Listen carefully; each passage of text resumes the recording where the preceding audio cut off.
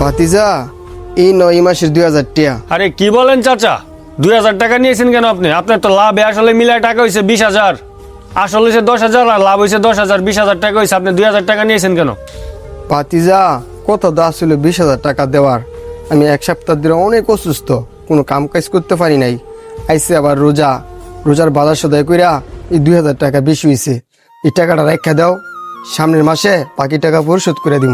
আরে চাচা চুপ থাকেন, আপনার এই কাহিনী হইন না আমার ব্যবসা চলতো না, আমার ব্যবসা চলবো হিসাবে। ভাতিজা দয়া করে টাকা রেখা দাও, এই রোজার মাসটা রহম করো।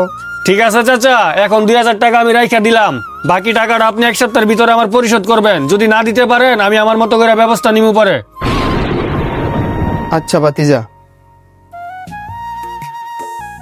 কিরে রাজীব বন্ধু, রমজান মাস আসলো, এরপরও তুই তোর এই সুদের ব্যবসাটা ছাড়তে পারলি না। রমজান মাস ইবাদতের মাস। আরে বন্ধু রাগ তোর ডায়লগ, আগে হয়েছে পকেট গরম, পরে হয়েছে আবাদত। আচ্ছা বাদ দে।